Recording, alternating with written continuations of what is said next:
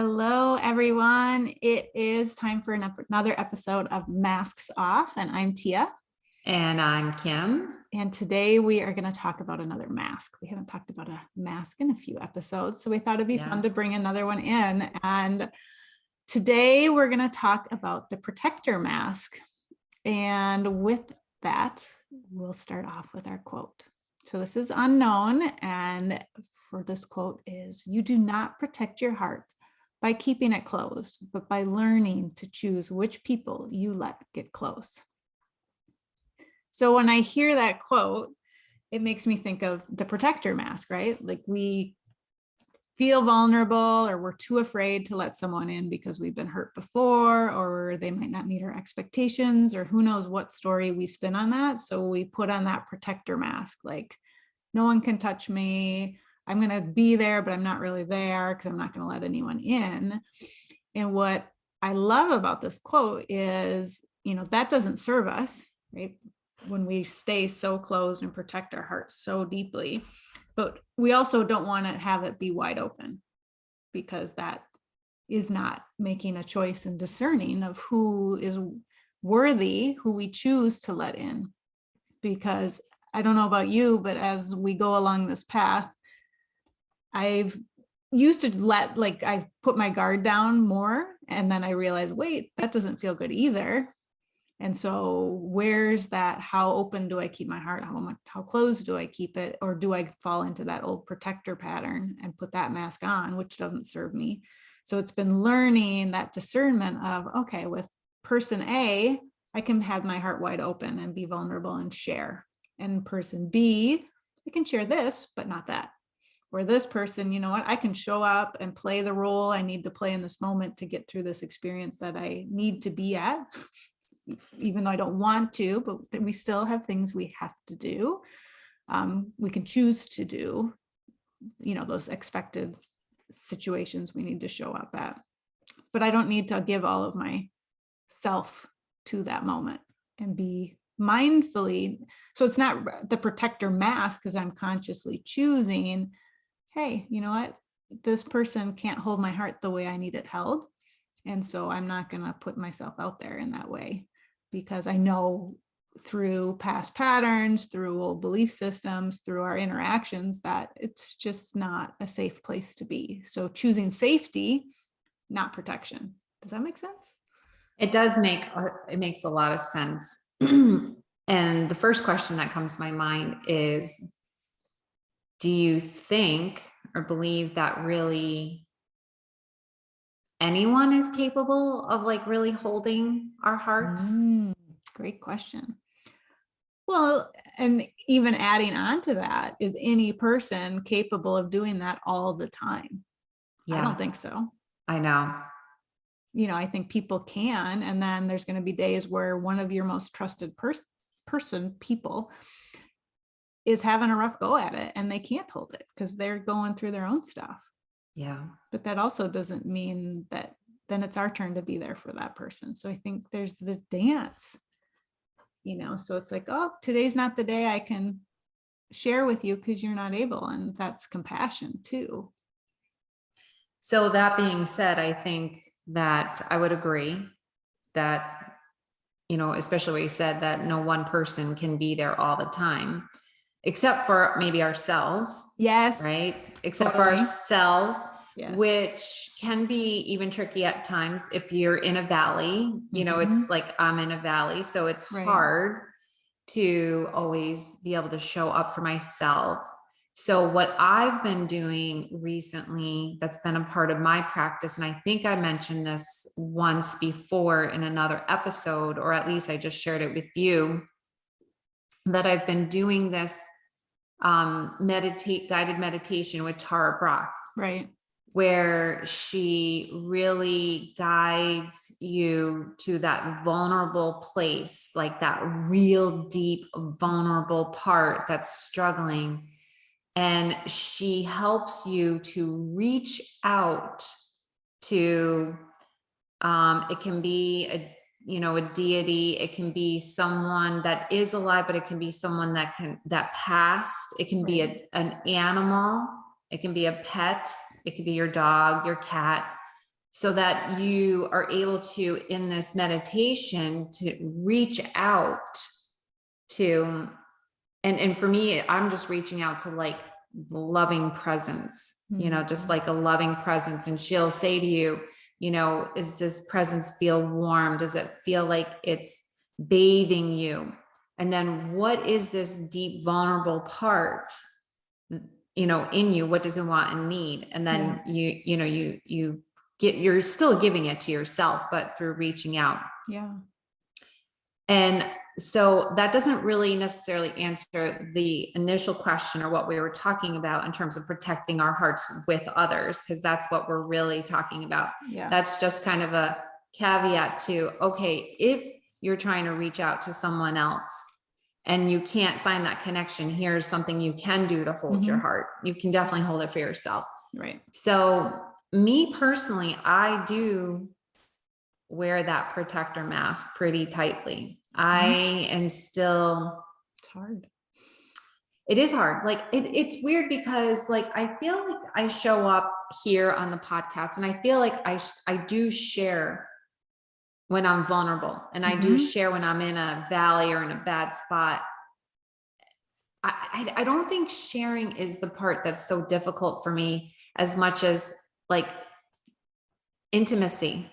Yeah. Right. Intimacy, even with a friend, and not just, it's just like really, and it's more in particular, like being held, either literally being held or metaphorically being held. That's a little easier for me to let someone hold me and hold space for me. But even still, I'm uncomfortable with that because I'm the giver. Right. So I don't know, maybe these masks are in conflict with one another or something, right? Because I know, I mean, it's just, I'm really one that struggles with. It is because of all these other, or all these other masks that I wear, I think get created out of the fact that I wear the protector mask. Because then I become the giver. Then I become the competent one. Right. And then I'm the one who's doing, giving, holding it all together for other people, rather than because I'm protecting, because I don't want to let people in there. Exactly. And then when we're giving and holding space for others and doing all of that, we're getting something out of that, but it's also avoiding sharing that deep part because, we become the person who's the go-to, the helper. Hey, I feel safe with you. I can share with you. And I don't know if you've ever experienced, but there's times where I have like, here's a little piece of my heart, and the person can't hold the space. And it's like, okay, well, why did I try? Oh yeah, for sure. Especially, let me put the mask back on and let me hold space for you now instead. Yes. That's a really good point, right? So you just kind of like put a little olive branch out there and they don't grab on and like, oh, okay, never mind. Let me not do that anymore. Exactly. Let me ask you this question. When that has happened, were you able to have direct communication and say to that person, hey, I need this. I need you to hold space for me right now? Or was it just kind of like putting the olive branch out there and hoping that they would read the cue and pick up on it and then hold space for you? Or is it a fabulous question? I would say that I don't do that very often, where I do say, hey, I actually just need this, but I have. I've been learning. It's still really, really, really, really hard for me. Yeah. And I would say sometimes it doesn't work when I have done it, because then it turns back around to, well, let me share about my stuff. Like, okay, well, that I just said what I needed and you still can't do it, which then I also take a step back and realize, okay, so then this is not one of those people I can count on and lean on, and that's okay. So now I have a choice. And then when I've done it with people who are like, oh yeah, wait, hang on, let me help you, then it's like, there's this relief. And maybe because it hasn't happened very often to be on the other side, it's very reassuring, like, oh, that's what this feels like to be on the other side. But it is, it's still really hard to do, really hard to do. Yeah, I know it is hard to, and even like more, it's one thing I can say, maybe like even with you, hey, you know, I'm struggling through this part, and I can talk about it like from my mind. Yeah.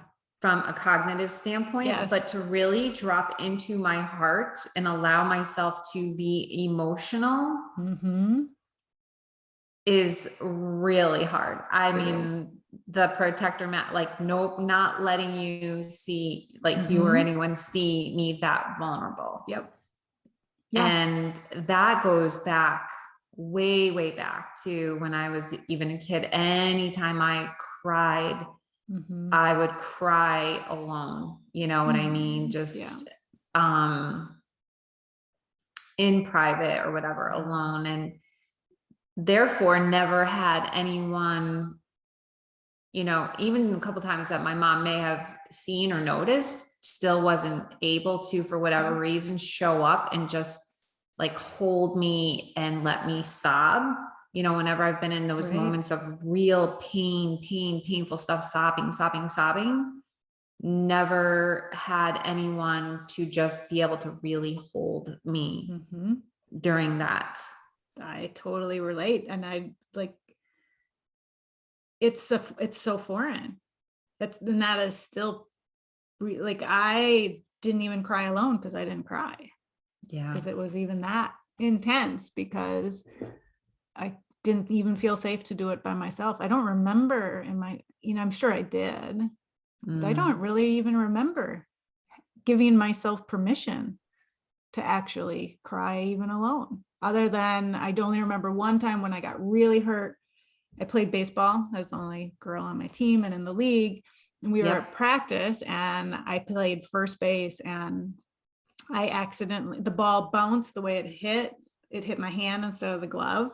And so my hand like blew up. And I remember like bawling about that. Like when I held it together till I walked in the house at home, and then, but that's not the same, right? Because that was a physical injury. But even though I had a physical injury, I couldn't even cry.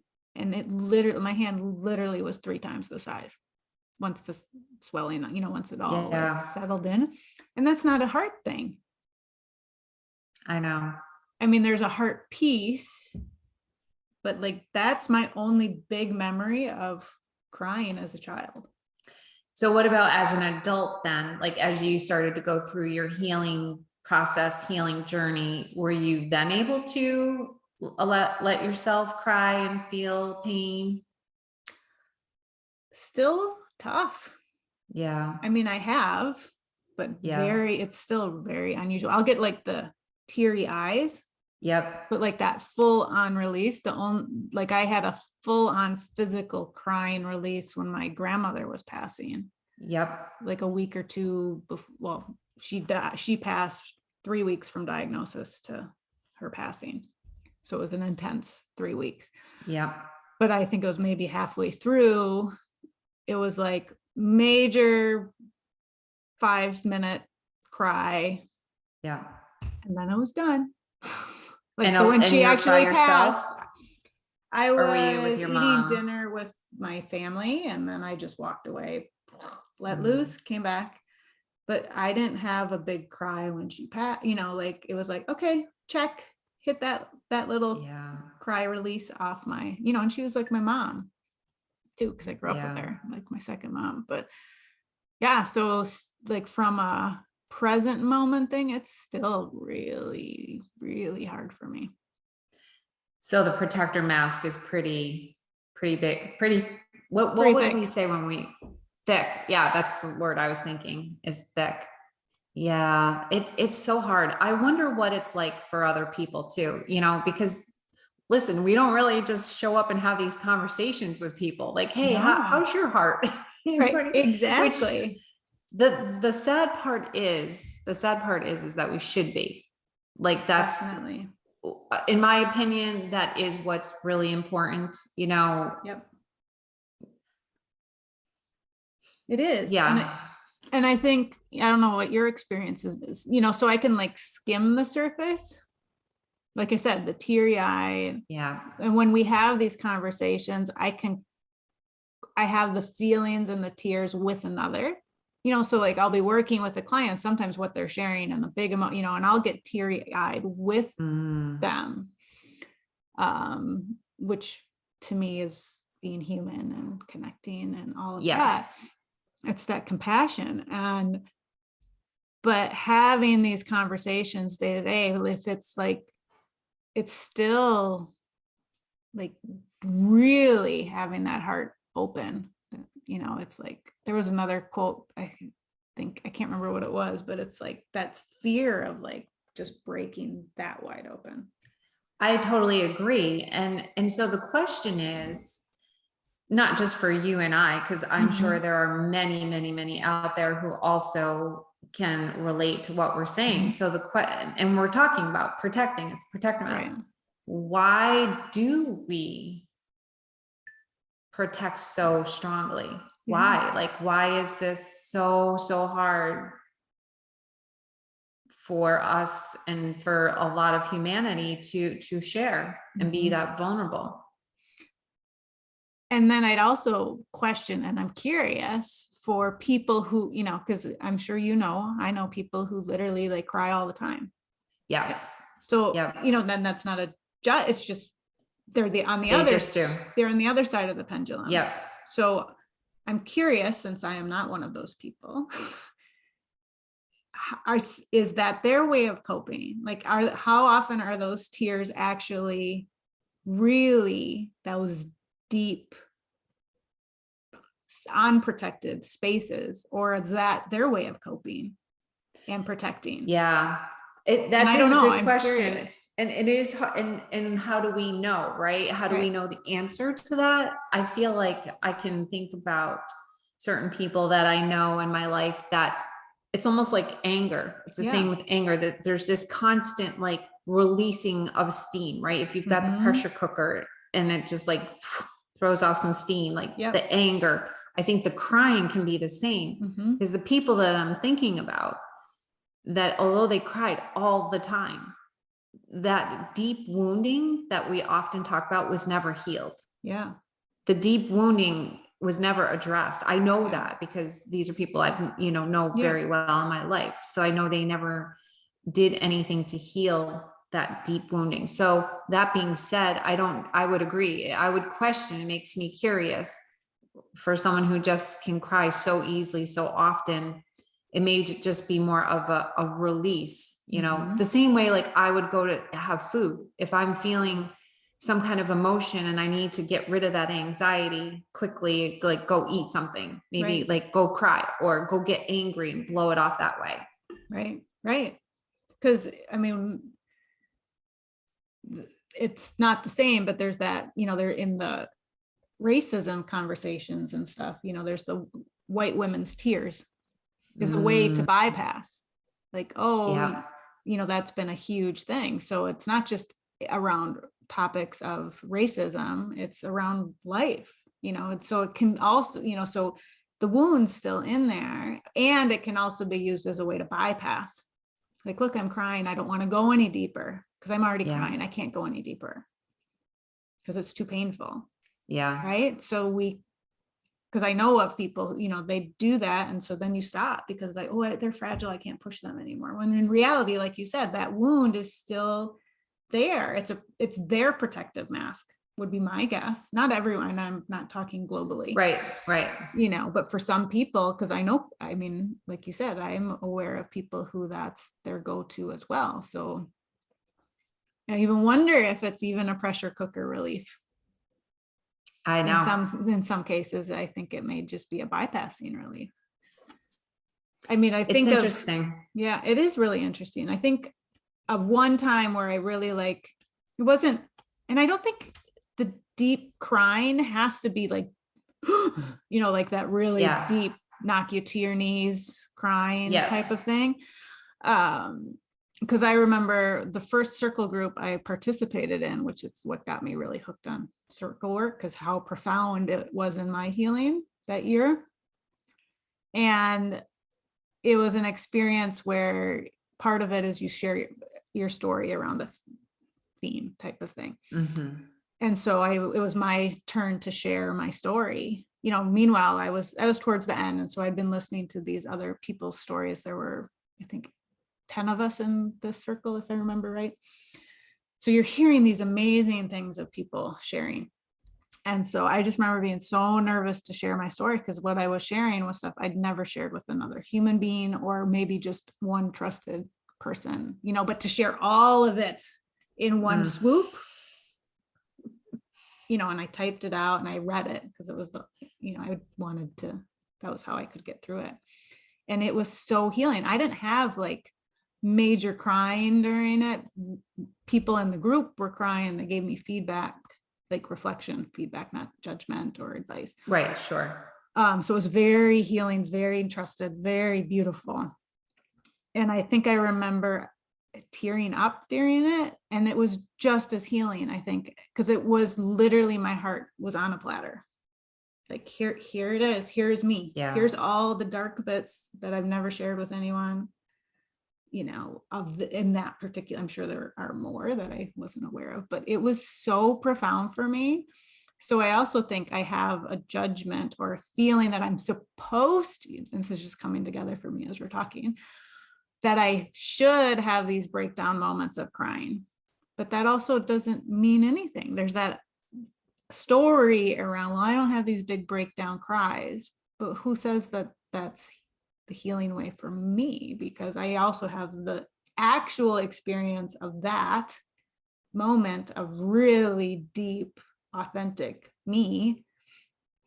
And that was way more healing than, I think, crying on the floor with a friend in that moment. And that doesn't mean that it wouldn't be healing in another moment, in another situation. But I think sometimes we attach to what the healing process should look like.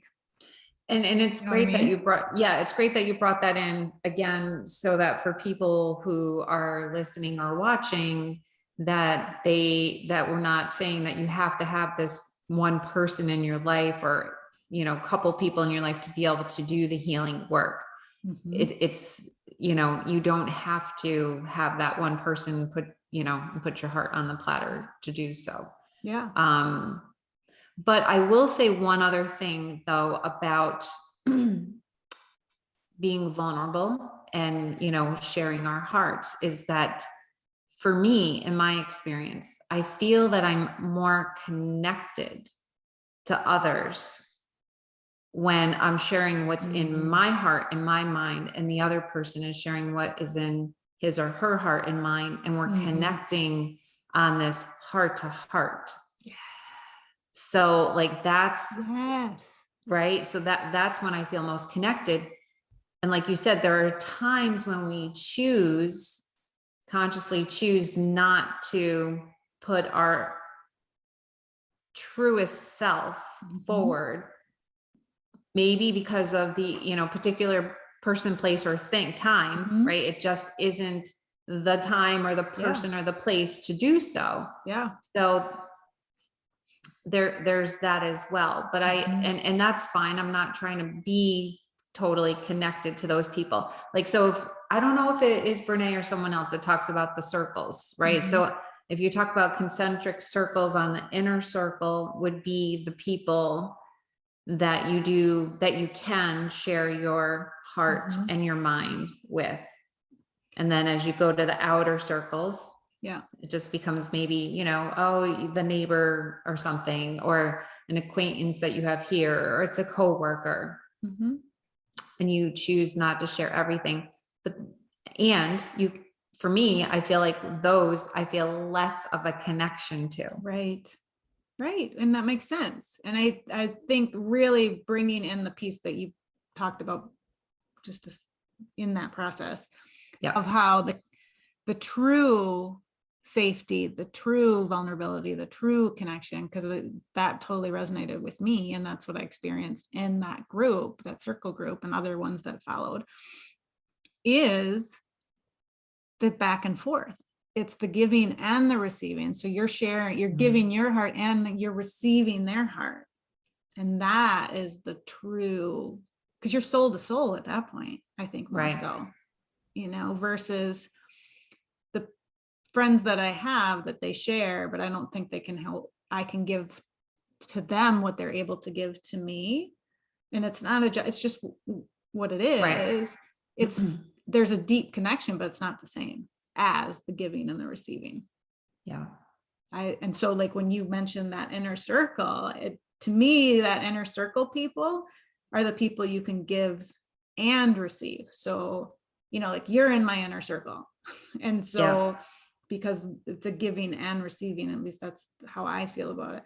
Yes. And I'd also put in people that I don't even know, that like from my circle group that I've been a part of. There's certain people within them I have zero relationship with now, because circles are meant, you have them and then you move on to the next one, and some people continue, some people don't. But in that very first circle group I was sharing, those people, they're here, even though I don't talk to them anymore. Or I only have continued conversation with a couple of them. But because of that experience, they have a piece of my heart and I have a piece of theirs, each and every one of them. So it doesn't mean it's current present moment connections either, because time has no, what times are a construct, right? So that's doesn't even matter.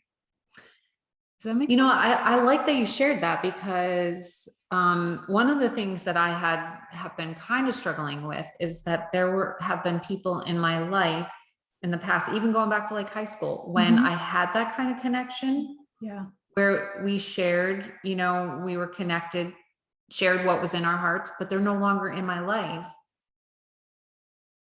And that's interesting, but I made a choice not to. Like things did change.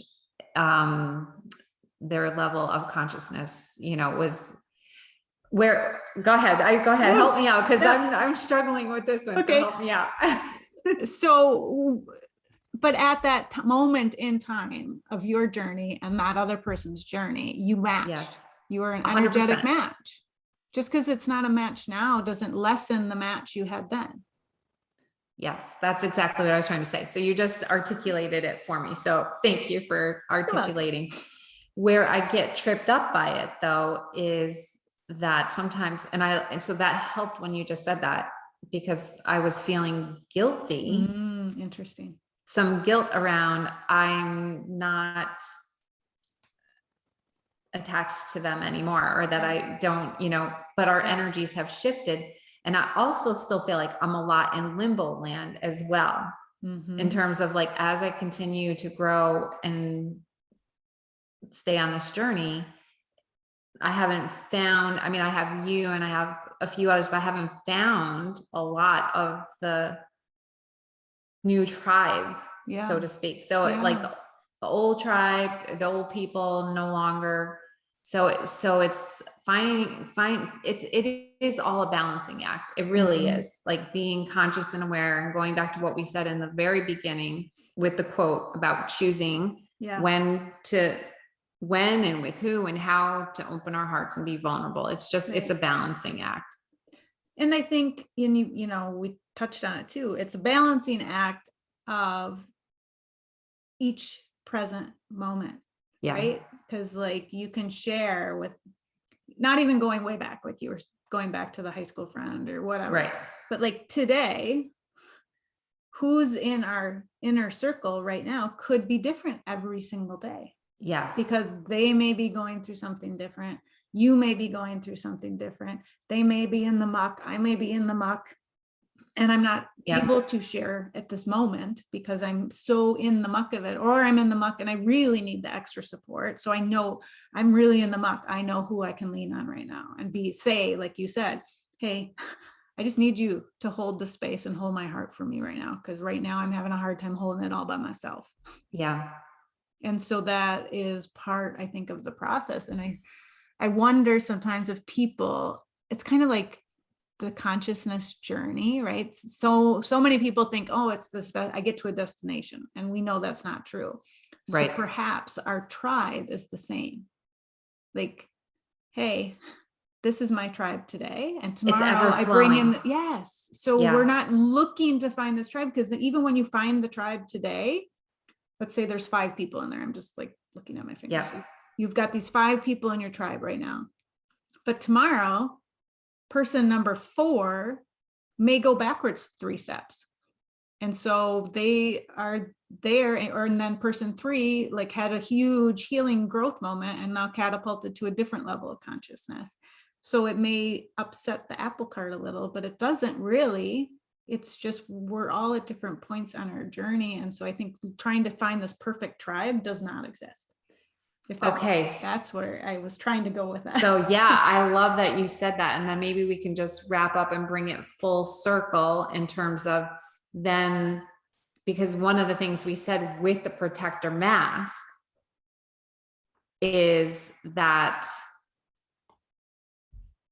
like, are we, how do I want to say this? Are we, like we were saying, let's be careful that there's not like a sneaky part to the protector mask, that the protector mask is really keeping us from being vulnerable because we're so afraid? Or is it truly, when you wear the protector mask and you're making choices, like you just said, it's a conscious choice about who you are sharing your heart with? Mm-hmm. So do you know what I'm trying to say? Yeah. So I think it's that discernment.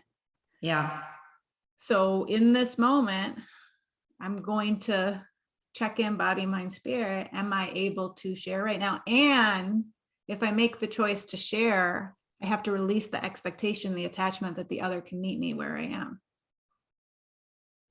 So like you said, extending the olive branch, and sometimes they can grab it and sometimes they can't, but I have to be okay with, yes, they can grab it today, or no, they can't grab it today. And if we have that awareness, then we don't necessarily really need to have that protector mask be so tight or so thick. Yeah. Because if you can be in that space and have that awareness of, okay, my tribe, my people, it's not solid. It's not one fixed group. It's ever changing, ever flowing, just like water does. Mm-hmm. And at any given moment, in any given day, whoever we think is in the tribe may not be in the tribe. Right. Yeah. But doesn't mean they're out. It just means in this moment, there's something else going on and they just can't show up in the moment. And when you have that kind of awareness around it, it does free up a little bit to say, hey, you know what? Let me have the courage to reach out a little bit more, and let me not wear this protector mask so tightly. Yes. When you think about it that way. Well, that's so good. We just went full circle with this whole episode. I love it. All right. So good. I know. So we'll wrap up this one because it was a little bit longer than we've been doing lately, but it was just needed to be done. We had to do it. And I think there's a couple more little spikes on that conversation. We can dive in deeper if we decide to. Oh, yeah, absolutely. So yeah. So thank you everybody for listening. We really appreciate the support. We're in the new year 2022. And if you like this episode, give us a thumbs up and have a great week. Take care. Bye.